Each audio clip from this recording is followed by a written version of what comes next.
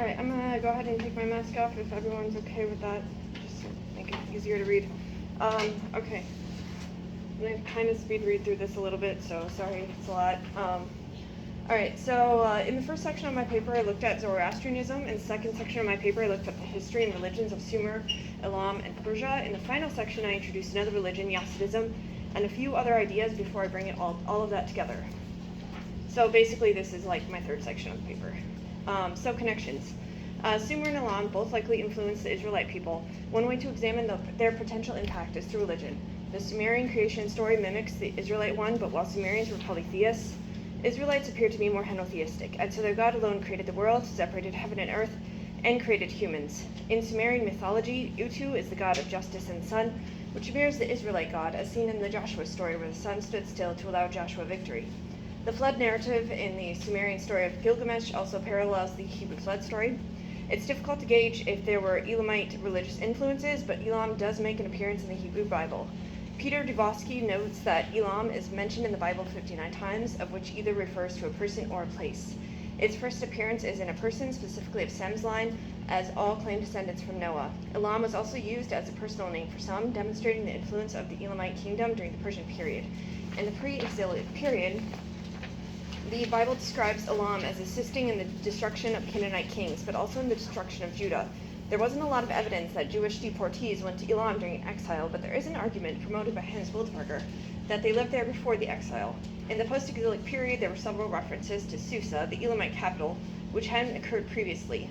The biblical evidence, therefore, supports the notion that there was a strong Elamite influence, possibly long before the exile. Persia had a strong impact on the Israelites, first and foremost because they freed the Israelites from their forced Babylonian captivity in 539 BC. Cyrus allowed them to return home with the Edict of Cyrus, or the Edict of Restoration, and was subsequently called the Lord Shepherd and the Anointed One, or Messiah. Darius is also given prominence in the Bible as the ruler who ensured the reconstruction of the temple. Persian victory allowed for return to their homeland and the rebuilding of the temple, which alone was influential.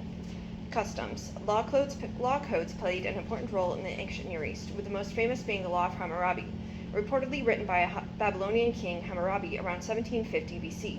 Some biblical scholars believe that Exodus 19-23 was a copy of the Hammurabi Law Code, but it seems more likely that the Law Code was merely a reflection of common issues during that time. An earlier law code, the oldest to date, the Code of Ur-Nammu, was written 2100 to 2050 BC and follows a similar structure, adding to the likelihood that law codes look similar across cultures in that area. Vassal treaties, an agreement between a vassal and their subject, also likely played a key role in the development of early religions.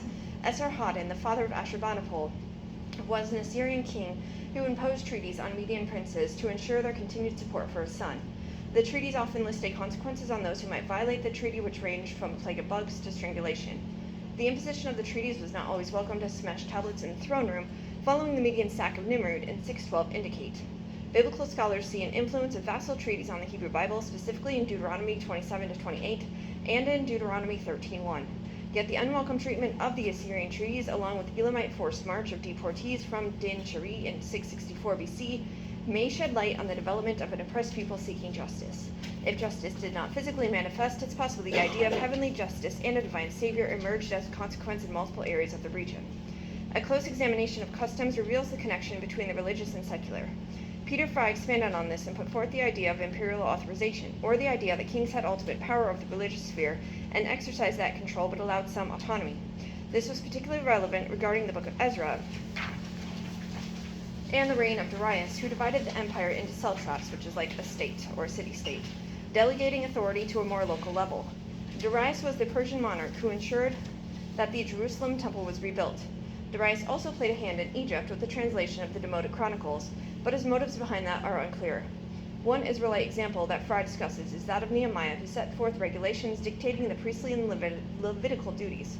The duty of ordering rituals for Levitical singers was a rule of the king and a duty. And the following notes that Pethahiah, son of Meshezabel, was at the king's hand in all matters concerning the people. Fry believes that if the king mentioned was David, then it would have said explicitly, as it did in other places. Of course, not all scholars agree, with many seeing similarities, but not enough to place the hand of religious rule and law on the kings. Irrespective of the king's exact role, it is necessary to acknowledge the influence that Persia had on the Israelites, along with Elam and Med. Conjecture. Before delving into more connections peppered in the paper, I will discuss a couple of other examples. The first topic I will discuss is the Yazidis, an ethno-religious group that claims to be the first monotheistic faith, but make that claim with little physical evidence. Following that, I will examine how academics view the Zoroastrian influence on Judaism before relaying my own conjecture. The point of this section is to bring connections and conjecture together, demonstrating the interconnectedness of Judaism with other religions, such as Zoroastrianism. Hasidism, or Sephardim, is a Kurdish minority religion that claims to have pre-Zoroastrian origins. Hasidism has no creed or sacred text, but it does have a few set of beliefs, as it is a purely oral tradition memorized by Kules, who often led rituals. Hasidism claims to be monotheistic, believing in one god, Swati, and 7 angelic beings, which are also seen as emanations of God. But the chief one is a peacock angel known as Melek Tawis, who is Earth's steward and intermediary. Baptism, purity, and prayers said facing the sun are important. They have similar myths, such as the descendants of Adam, though their story does not include the fall, but they do believe in reincarnation. Around the 12th century CE, Sufi mystic Sheikh Adi ibn Musafir moved to Lalish and established what would become known as the Adawiya Sufi Brotherhood. The local members of the Brotherhood seem to continue to practice their local religions while incorporating parts of the Abrahamic Islamic religion, which is likely why Hasidism is sometimes considered a branch of Islam. Hasidism is also considered a syncretic religion, that is, pulling from different religions to shape their own. What is especially important about Hasidism is that it is an almost purely oral tradition with no written text until the 1970s. They claim an ancient history, though not having standardized text has allowed their religion to shift with their community needs. Just as Hasidism seems to pull from other religions, scholars believe that Judaism largely pulled from Zoroastrianism. The idea was first reported by Count Constantine in 1791, and many scholars continue to promote this theory, seeing similarities in the doctrines of angels, demons, judgment and resurrection, apocalypticism, and the idea of Satan. While first glance seems to support this idea, increasingly many more scholars rebuke the theory, proposing that the differences between the two and the chronology of the Zoroastrian text tells a different story. Yamauchi points out that angels exist in earlier biblical books. The progression of Satan going from being an accuser to a post-exilic devil seems to have some legitimacy, but the Zoroastrian Riemann is often on equal footing with Ahura Mazda and was not created by him. He also notes that the Hebrew Bible's fiery ordeal demonstrates that the Hebrew God's wrath instead of a purification. The understanding of a coming apocalypse has been slated to show the connection between the two religions, but the Zoroastrian text used to prove that connection is not dated until the 9th century AD. The idea of resurrection, as seen in Ezekiel 37, the Valley of Dried Bones, has been used by scholars to demonstrate that Ezekiel encountered Zoroastrianism, especially since Zoroastrians leave their dead exposed to elements. But other scholars disagree. In his commentary on Ezekiel, Daniel I. Block notes that Ezekiel 37 simply demonstrates the belief that the belief of resurrection hadn't matured at the time of writing, not an interaction of faith systems. The rebuilding of the dead differs, with Zoroastrians being recreated from the elements and Israelites coming from the dust in the ground. Some scholars date resurrection in Zoroastrianism to the 4th century BC, again demonstrating issues with chronology, as Ezekiel was likely written in the 6th century BC.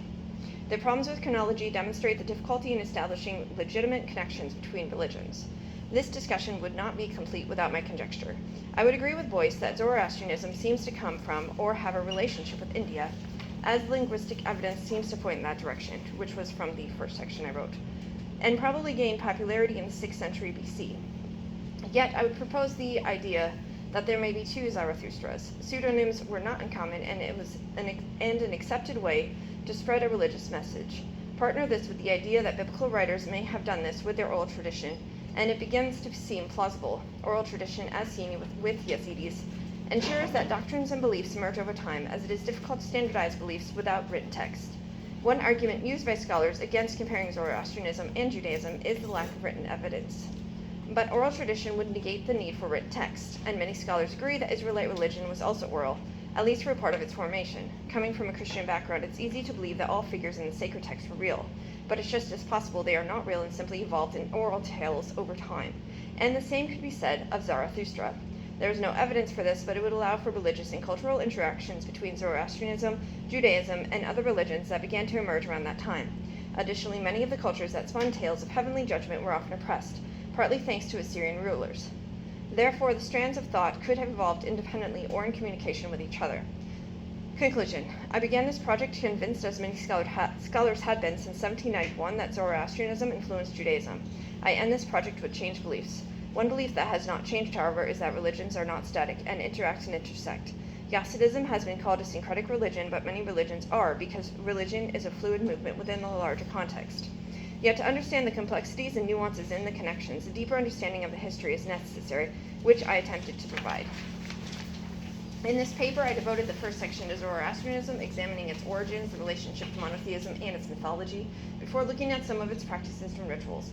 Then I gave a brief historical survey of Sumer, Elam, and Mede and Persia, looking at the origins, historical progression, and religion. Finally, I looked at interactions, customs, and conjecture by reiterating some of the earlier connections with Sumer, Elam, and Persia. I examined law codes, vassal treaties, and the idea of imperial authorization. I then brought up conjecture, beginning by describing an oral ethno-religious tradition, how scholars view the relationship between Judaism and Zoroastrianism, and finally my own conjecture. I hope that the provided context allows a different look into the interreligious interactions, specifically between Judaism and Zoroastrianism. Examining the connections in the past can inform and stimulate interreligious dialogue in the present, leading to deeper connections across cultures. And the final page is just illustrations. The first you'll probably recognize from my first page on Zoroastrianism. The second one is a map showing where Elam is in comparison to Sumer and Babylonia. And the last 4 pictures, I went and visited the Harvard Semitic Museum, and that's where those are from. So.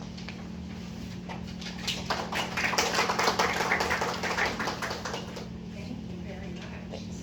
Yeah. Questions or comments? This might be a question like the one you gave me, but okay. So when it's talking about the treaties, it says like the consequences range from a plague of bugs to strangulation, and I was just wondering if and how one would orchestrate a plague of bugs. Was that a thing? I don't know. But like the strangulation was not just of themselves, but also of their family members. It was just really wild. Like a mafia. Yeah, like trying to scare them or something. I don't know. Yeah. I wonder how one makes evidence that they're the first monotheistic faith, and how that comes about as far as, since it's an oral tradition, I assume that you would announce, this is my faith, it's the first monotheistic faith, and that's how it, much like chefs say, this is I'm serving you just this wonderfully seared, beautiful fish, right?